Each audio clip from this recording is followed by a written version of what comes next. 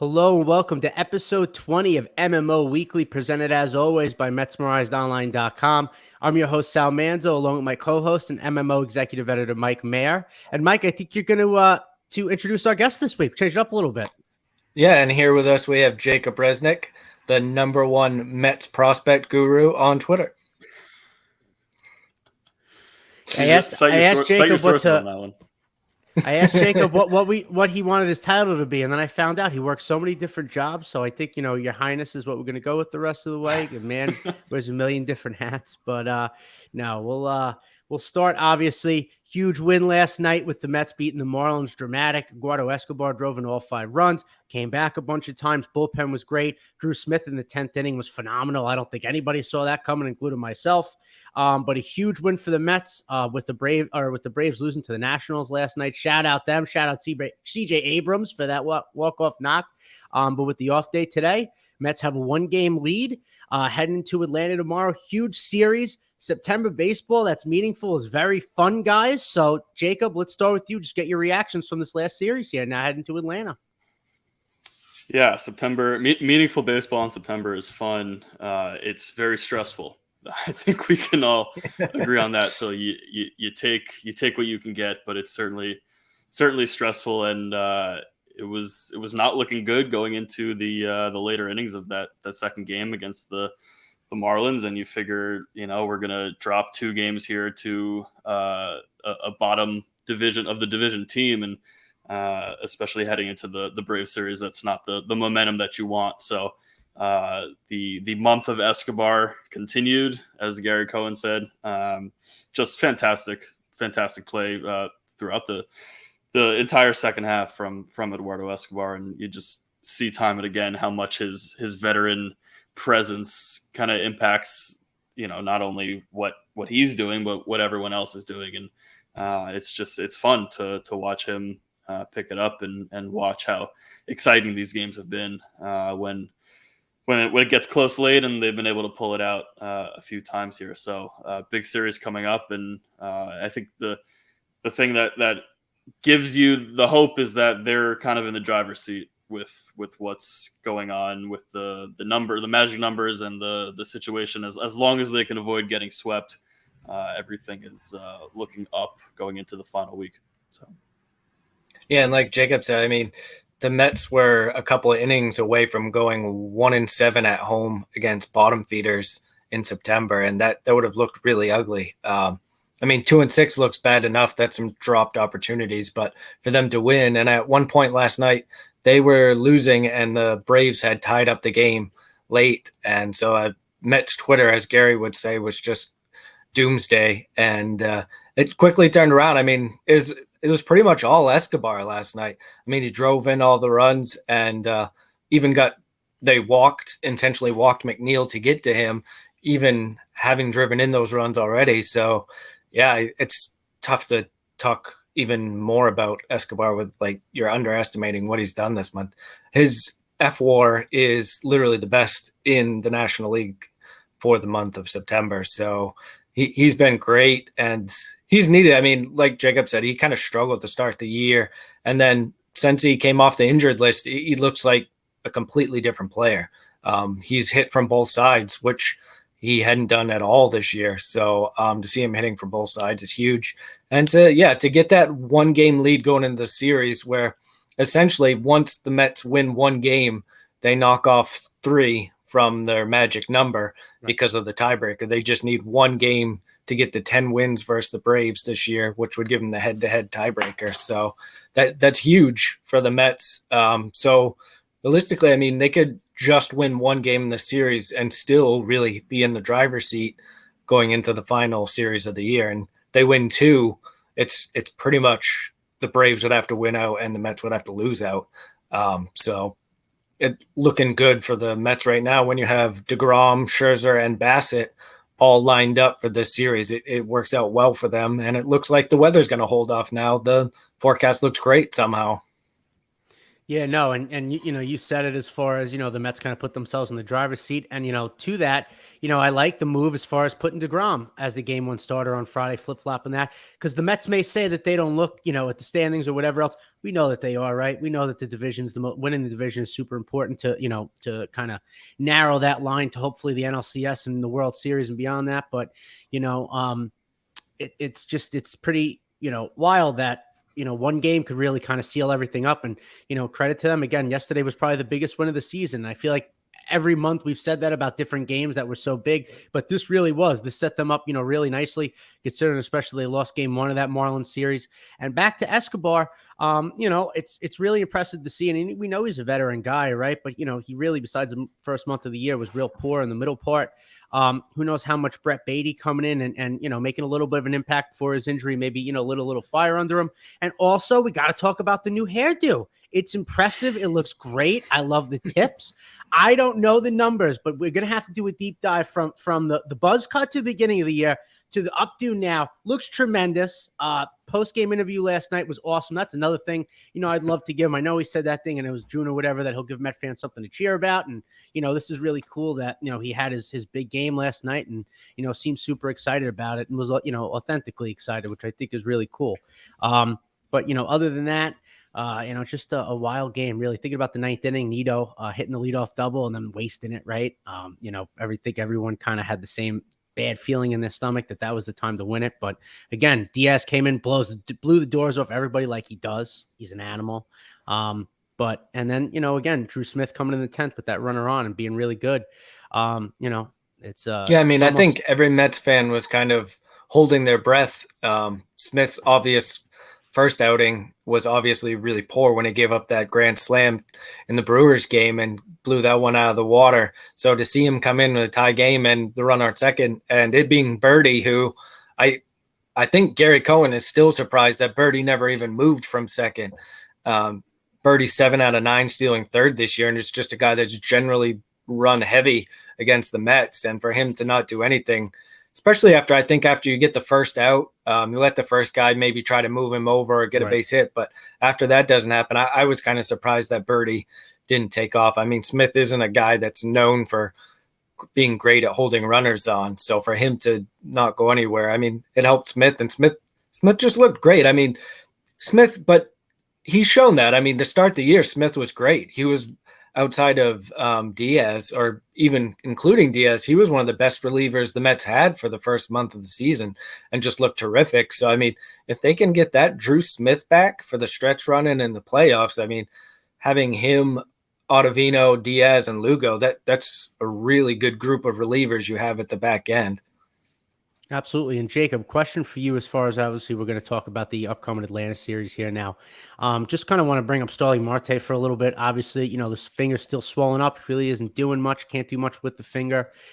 In your opinion, if, let's say, obviously, games are running out here, only have 5-6 games left in the regular season, how worried do you think, Mets fans should be in general that, he might not be ready for the playoffs? And if he's not, let's say, can't, play for the rest of the year, how much do you think that diminishes the Mets, kind of postseason run here? Yeah, I mean, I don't think at this point it's that much of a concern. And obviously we've seen how they've played since he's been out. I mean, they've obviously missed his production, but they've been able to continue swimming. I think the huge thing will be securing that division and getting the extra days off, not having to play that wild card series, because you would think if they do have to play the wild card series, maybe he's not 100%, but they, need to get him back into the lineup. So they back onto the team, because, Marte at 75% is better than, whoever else would be on the roster instead. So I think it'll be interesting if they don't win. If they don't win the division, you hope that they do, and you think that they still have a good shot at it. But they've survived with McNeil playing out in the outfield, and I mean, what can you say about his defense? Obviously, he had the blunder in Oakland where he tripped over himself, and DeGrom's first inning, kind of spiraled after that. But outside of that, he's been able to play left. He's been able to play right, and you trust Canna and you trust Nimmo out there. So, be great to have him back. And I think it's, like I said, it's important to make sure he's 100%. Don't rush him back for the final few games because they've been managing without him. Yeah, and I think that's a good point. I think kind of the Mets in the past might have been tempted to kind of just rush him for this Atlanta series and get him out there, regardless of gripping, whatever, maybe try to squeeze him in just as the DH, and then you potentially lose him for the playoffs. So I think the Mets are doing the right thing. Like Jacob said, I mean, they have capable guys. The McNeil's playing out there, and Naquin's been fine with since the Mets got him too. So they're not replacing Marte because he's having a great season, but they're at least playing at replacement level. So it's not like they have like Matt Dendecker out there or something like that. So I mean, they have capable guys that can still hit in the Mets lineup. So I think you play it safe with him, and hopefully you win the division and he gets some more time off. And then, I mean, it sounds like a couple more weeks, and then this is something that they think he'd be able to squeeze at least in as a DH, which would be a big help, especially with the Mets face some left-handed pitching. I think that's probably the biggest weakness with Marte out is against left-handed pitching, because either you have Naquin or Guillorme kind of playing against lefties, and I don't think that's ultimately what the Mets would want. Agreed there. And hopefully he gets back soon. I just think the lineup is so different with him and Alonso with it together. And obviously Alonso's, been hot the last couple of weeks again, which is great. Mets need it power wise. But having him at the top of the line, in the, the mix of the lineup there with Marte changes a lot for them. So hopefully he could be healthy by the time the postseason comes around here. And if they win the division, I agree there that obviously more time to heal is better for them and better for that whole team being, veteran laden. But I guess I kind of want to move on from Marte then to talk a little bit about DeGrom. Obviously, we said before that he's slated to pitch the first game tomorrow. They swapped him and Scherzer. Last time out in Oakland, it's human, right? First outing in like 4 years. You felt that way. I know people were kind of freaking out and, oh, my God. I feel like it's a lot of layers to that, right? Jacob, I'm going to obviously start with you. Just kind of want to get your thoughts on everything. But, people got to remember this is like May for DeGrom. If you really look at a season, right? You know what I mean? Those bumps are going to happen. I'm just wondering if you're just concerned at all that those bumps now are going to trickle into the regular season or the postseason or anything like that. Obviously it starts with tomorrow, right? It's one thing at a time, but just kind of curious to get your thoughts there. Yeah. I mean, you don't erase, whatever it was, 40 plus starts of him looking like the greatest pitcher of the last 15 20 years. Yep. Just because he blew up in one start. I mean, slightly concerning that it was against Oakland, but right. They're major league hitters. They're gonna run into pitches, and like I said before, if McNeil doesn't fall over himself in the right. outfield and catches that ball, the entire outing looks completely different. I think it was good to hear after that game that DeGrom just said I was bad. I didn't have my good stuff, and he owned up to it, and he didn't point to any specific thing or one pitch or one at bat, or it was he just took responsibility for that outing, and he's such a student of the game that I'm sure he's been in the video room the last 5 days, just looking at things and working on it. And it happens. And we've been spoiled with the last, like you said, 4 years of him looking like a robot. So obviously it's going to sound the alarms, but it's Jacob DeGrom. This is the biggest series of the year coming up. And I think it'll be back to normal for him. Yeah, Mike, and I was going to ask you that too. Now, do you think something like this? It's obviously a little blip in the road for someone like DeGrom, but you think with the big game tomorrow, pitching in Atlanta with the division, do you think that this gives him a start like that gives him extra motivation? Obviously, because like you said, Jacob, it was Oakland that we kind of had that stumble there, but I'm just kind of curious what you think, Mike. Yeah, I think not that DeGrom isn't a guy that's like laser focused, but I think right. It's going to just be like that little bit more, because he's not the guy that likes to look bad either. He doesn't like the fact that giving up runs and not going out there pitching 6-7 innings. And like Jacob said, he wore it. He knows what it was an issue. He knows it was a bad start. So I think this is a guy that's going to be laser focused, and he knows how big of a game this is. I mean, if the Mets win this game, that essentially takes all the pressure off them for the rest of the season. It really puts it on the Braves for the rest of the series and the rest of the season. And then you have Max Scherzer right behind him with all the pressure on the Braves. So I think I'm not worried at all about DeGrom. I think he's going to come out, pitch 7 innings, 1 or 2 runs, and the Mets are going to be rain. It's going to be a close game, and it's going to come probably down to a bullpen arm or a home run, a late home run. So I'm not worried about DeGrom. I didn't see anything like mechanically or velocity wise that was like, oh crap, this is something you want to look for that might be concerning for the next start. Like Jacob said, I mean, that McNeil ball that completely changes the inning. It completely changes the outing. So it's unfortunate that happened, but it was that. And he just was one of those games where he wasn't able to pitch through that where he generally is. So, yeah, I'm not worried about DeGrom in short term or the long term. No, that's agreed there. Obviously, I think people were just more shocked than anything. Just, you expect him to be just amazing every time out. And it's like it's been almost half a decade since anyone saw a start like that. So, interesting to see, and hopefully it tightens him up. I think everyone would push comes to shove. And obviously, with the poll with the players, we was the Athletic that put it out. Everyone that voted who they want to pitch a game 7 would be DeGrom and then Scherzer. So I think nobody's too worried there. I think I'm more worried about Jacob, and I'll ask you, do you think the Mets can be able to muster up a couple of runs against Fried tomorrow night? Is my question. Yeah, I mean we've seen the Mets struggle to score against much worse pitchers than Max Fried. They couldn't score against Jesus Luzardo for most of the game on Wednesday. So but I think this is just the point of the year and this series that everyone just kind of gathers themselves and looks at what's in front of them, and they have the veterans on the roster, to kind of bring that out of even the younger guys who may not have the experience. When you look at Escobar and Canna and Lindor has been to the playoffs, and Alonso hasn't been to the playoffs, but feels like he's been in the league for 15 years, the way he talks after games. So it's just the kind of thing that I think, these are the games that the guys get up for. And even against a guy like Fried, the Mets have had success against him in the past. He's been a guy that they've been able to get to, but certainly, not going to sell him short at all.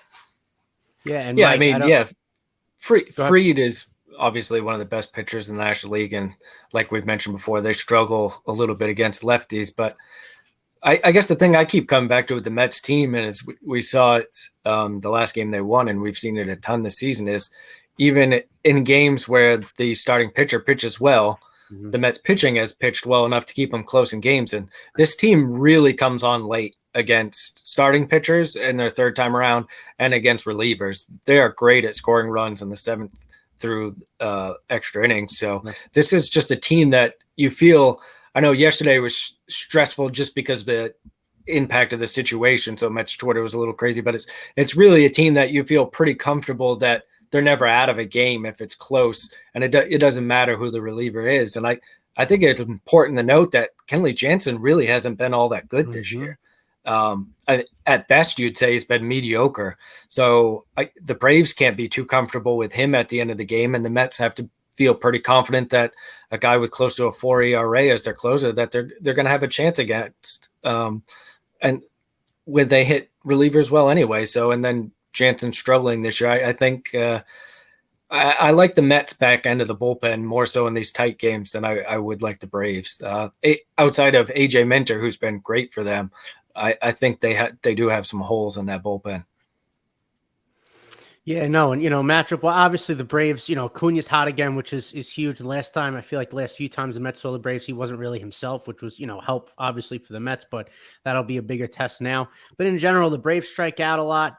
And like you said, the back end of their bullpen, I do agree. Obviously, with Diaz in the back end, I take him over anybody. But I just think that it does match up well for them, especially with these 3 guys, which DeGrom or Scherzer, Bassett there.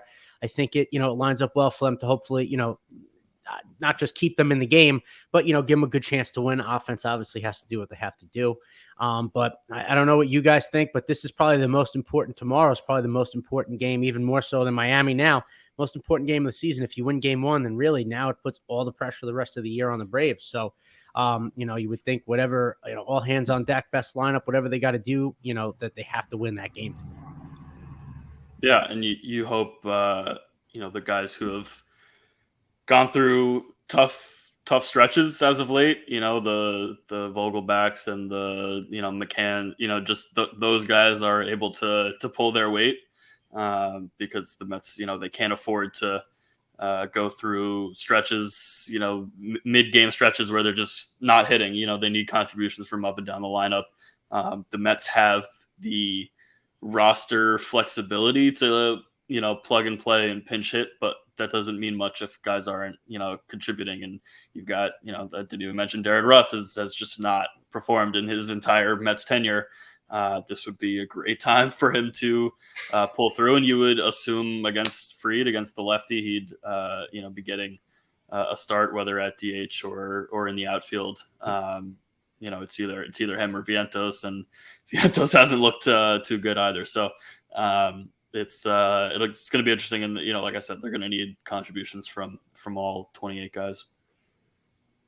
Yeah, no, absolutely. And it's fun. You think about it, if the Mets do make a long run here, whatever else, it'll be with really 7 guys in the lineup that did it, because between DH and catcher, they've gotten virtually no production out of those spots the whole year. So it just kind of speaks to these guys, like Alonso and Lindor and Marte as well, Nimmo and McNeil, doing the bulk of this work, some guys sprinkled in here and there, but really the, bulk of their core now, kind of leading the way in the offense. So, it's interesting to see. Hopefully they, like you said, get a little something there. But, I kind of wanted to shift a little bit from that stuff to, I did tease a little bit. There was a poll that was, anonymous poll between all the players or about 200 players in Major League Baseball, talking about who they'd pitch for Game 7, starting pitcher and reliever, and all 3 of them were Mets. So I did want to ask you, Jacob, I'll start with you. Who would you rather have start in a Game 7? It's a, great problem to have. DeGrom or Scherzer? Who'd you pick? Great problem to have. I'd say hopefully you can use both of them in the same game, right? Whether which one is better suited to come in the 7th inning and shut them down. Not exactly sure, but I think you go with DeGrom based on his place and stature in the franchise, and all things being equal, he's the better pitcher by a hair. I don't know. You can't go wrong with either choice. You do have Scherzer has the more playoff experience. DeGrom hasn't pitched in the playoffs in, it's going to be 7 years now. So yeah, I think you go with DeGrom. Hopefully they're both rested. They're both on their turn to be able to go in this Game 7, this hypothetical Game 7. Hopefully they've clinched the series well before then, so they don't even have to think about this problem. But yeah, I'll go with DeGrom for this hypothetical. Me, yeah. Can I answer after Saturday, after I've seen DeGrom and Scherzer pitch against the Braves? My answer is DeGrom for 6, Scherzer for 2, and Diaz for 1. Ultimately, really, that's what we're looking at, right? That's the ultimate Game 7 as for the Mets right now, because DeGrom's going to be the number 1 starter. So Scherzer, you're going to have available. So obviously he's going to want to pitch out of the bullpen. He has before in the playoffs. So you could probably squeeze 2 out of him. And then you have Diaz. There's not going to be a whole lot of runs scored if you get those guys. But yeah, I agree with Jacob. If you're in a situation where both are fresh and you have to choose, just for this poll's sake, I still, it's a really tough one because they're so close. Scherzer is a no doubt Hall of Famer. DeGrom, if he pitches for 4 or 5 more years, he's going to be a Hall of Famer. And I think right now, just talent wise, it's probably just a slight edge to DeGrom. But like Jacob said, Scherzer has the more recent and the more extensive playoff record, so it makes it really tough. I think I still go with DeGrom just because He has that lights out factor. It's even in the playoffs. This is a guy that could just go out there and pitch 7 no-hit innings. Like that's totally possible and not unreasonable to think about. So yeah, it's really really close. But I go to Grom too. I can't argue with that. I'm just going to be a contrarian and say Scherzer because the guy's pitched very well this year when he has pitched, and he's pitched a lot more than Jake has this year. And he paid him $43 million to come here and turn stuff around, and boy, did he. So you know what? If Jake is stuck in traffic for Game 7, I'll pitch Max. No problem. It's all good. Good problems to have. This is like the who do you want to start opening day question? Right, and exactly. It ended up being Tyler McGill. So it was it's going to be DeGrom or Scherzer. It'll probably be Connor Gray or Jose Buto. Oh boy, like we're gonna get to Butos. That was a nice tee up there. But real quick, outside the Mets, is there who's another starter in baseball, like off the top of your head, if you had a Game 7 life on your line, not DeGrom or Scherzer? Is anybody you'd think of that you'd want to start? Verlander. I immediately go to Verlander. I mean, just the year he's having, and just talk about a guy with World Series and playoff experience. Yeah, I'm going Verlander. Yeah, I mean, the Astros they have a similar question. Verlander or Framber Valdez has been just as good all season long. I mean, yeah, I think those two guys have probably been the best, but definitely outside of the top two, because the Mets have somehow lucked into having the two best pitchers in baseball. It's crazy. Yeah, no, I agree. Mike, I like the Verlander pick. That's a good one. I'm not even going to ask reliever because there's no one else that you would pick but Edwin Diaz, because nobody else has an 18K per 9 rate and strikes out like 55% of their hitters this year. So it's not even a question. So I think the interesting question, and on the poll, it was Josh Hader that came in second at 10%. Ooh. But I think that was more like, well, what Hader's done in the past. So, I mean, right. So who would you take if you can't take Diaz? Who's the closer you're taking in Game 7 then? Jacob, go with you first. Oh, man. I mean, they're probably not going to make the playoffs, but I mean, Felix Bautista has been one of the best relievers in baseball all year. I'm trying to even think of names because Hader would be the one that would come up as well. Who's the guy in Detroit? Is it Gregory Soto, the lefty in Detroit that throws 100? And that reminds me, AL Central, Emmanuel Clase has been has been lights out for them as well. Throws 101. And that's a legit guy that might pitch in a Game 7. Yeah, right. But I mean, what about Paul Sewald, guys? I didn't hear any of you guys speak up about Paul Sewald. I mean, Paul Sewald, very happy Reed. For him. Jake Reed. I mean, Jake Reed. But no, it's kind of a bummer. It would be really cool to see Felix Bautista come out to the Omar whistle in a playoff game. Like, that would be really great to kind of just extend this brand of closers coming out to the like walk-up music, whatever. That would have been really cool. Yeah. Shout out Timmy Trumpets for milking every bit of this wave. He was on Kimmel last night. Shout out that guy. I know. I think 2 months ago, he had his LinkedIn probably open looking for jobs, and now he revived his career. So shout out him. I just had to say he's all over the place. I love it. Ride the Mets wave. It's all good. It's good karma, good juju. Keep it up. But I guess we'll transition from that now to some minor league guys. Obviously, the minor league season, wind down now. But they're Francisco Alvarez and Jose Buto had nice, finishes to their season. So, Jacob, I just wanted to give you some time to talk about that a little bit. Let us know, how their seasons went. I know Alvarez had the ankle thing and people were concerned. So, just want to get your thoughts there. Yeah, I think the Alvarez development over the last half of the season was pretty interesting. I think it's fair to wonder if the ankle was bothering him for longer than he, when he spoke up about it and when they shut him down. I think when we first heard about it, it was trending towards him needing surgery. And then all of a sudden he was back like the week after that. So it was kind of just an interesting development of all of that. But it was, his start to his AAA career was not good. And, like I said, the ankle injury could have been bothering him at that point. But, once he came back and, Mike has the numbers, he tweets it out like 10 times a day.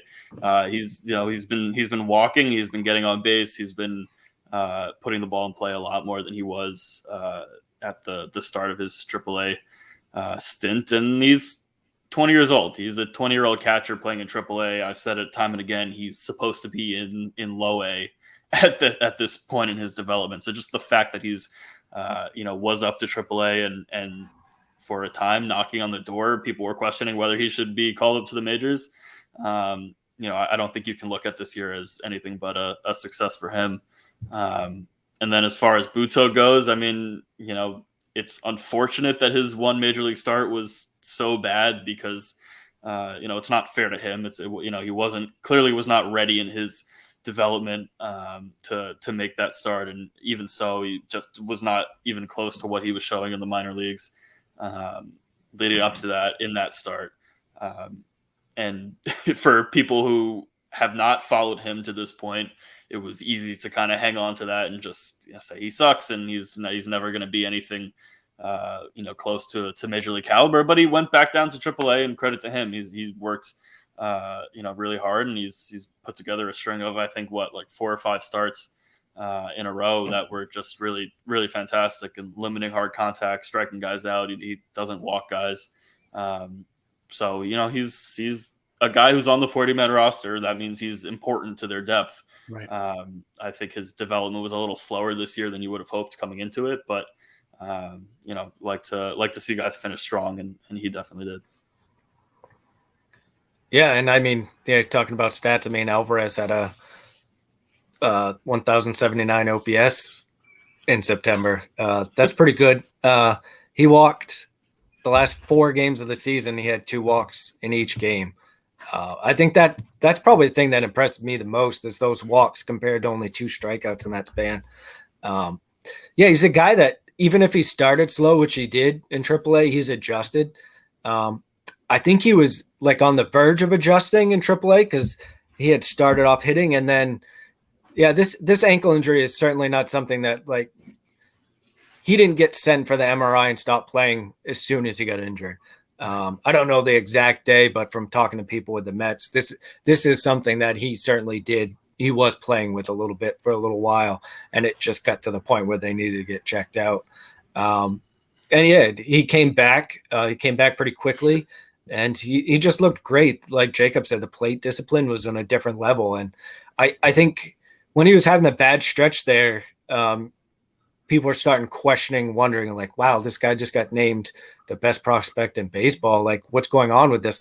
This guy's a bust. And then you really stop and realize, wow, this guy's he's 20. He's 20 playing in AAA. And not as only is he 20, but he's a 20-year-old catcher in AAA. That doesn't happen. It doesn't happen. And for him to bounce back and have an OPS over 800 in AAA as a 20-year-old is really impressive. I think Jacob and I have talked about him a lot in the past about how polished he is of an offensive player. And I don't think anything this year, a couple of bad spans, takes away from that whatsoever. I still think he's one of the best, if not the best hitting prospect in baseball. And the fact that I think he's certainly improved as a catcher. And even if he hasn't or doesn't improve as a catcher, talking, blocking, framing, anything like that, all the pitchers I've talked to have been really impressed with his just leadership and his want to take over, whether it's planning for games or whether it's in-game talking to pitchers. He's wanted to take control and show, and that's a sign of maturity for a young catcher to be able to want to take over like that. So I think that's a good sign for him that he's at least going to have he's going to have the pitcher on his side. The pitcher's going to have confidence when they're throwing to him, and I think that's a pretty big deal. To Buto, I think, he obviously had a bad start in the big leagues, but one thing that surprised me a little bit when he was in the big leagues is how much he was using his breaking ball. He's been mostly a fastball changeup guy in the minor leagues because his changeup is the best in the Mets minor league system, but he was using his breaking ball quite a bit in that major league outing, and actually it looked better than it had in the past. And back in the minors, it's looked better. It's something that he's showing confidence in a little bit more. And hitters had a 434 OPS against him in September, and he won International Pitcher of the Week. So this is a guy, we forget that talking about playoffs and stuff like that, we forget about free agency that's going to hit the Mets after this hopefully fun run is over, and the Mets have a ton of pitching that are free agents. So Buto is the type of guy that realistically is going to make some starts next year. It could be 5 to 10 starts, or it could be more than that if they can't bring all the starting pitching back. So this is a guy Mets fans certainly hope has learned a better command of his pitches, and he's more confident in that third pitch. Because if he's more confident, if he has that breaking ball as an average third pitch, for me, he's a back end starter in the major leagues. Impressive. We've talked about it a ton, Mike. The future seems bright for the Mets down at the minor league level. More than anything, the turnaround with the big league club, this new regime seems to really, continues to build up the minor league levels, and they continue to get, good talent out of it. So it'll be exciting. And I'm petrified for what the team is going to look like next year with half the roster as free agents. So not going to think about it. I'm going to think about this amazing run that the Mets are going to go on this year, and no one will care about next year when they're having a parade down Madison. But other than that, we're going to end the show tonight with that. We'll be back next week after the Braves series, recap that. Hopefully a couple wins in there, and the Mets then, they, as of right now, control their own destiny. So this is a lot of fun. Jacob, you said it. It's about to get really stressful, but when you only get to do this about once a decade, it's okay. You get the Tums, you get the Pepto, have some extra liquids there. You're good. We got to enjoy the ride because it hasn't been fun, watching the playoffs every year and not being emotionally invested and watching other people get to do that with their team. So it's nice that the New York market, both teams are going to get to do that this year. So this should be a lot of fun. We'll catch you back next week. But until then, let's go Mets.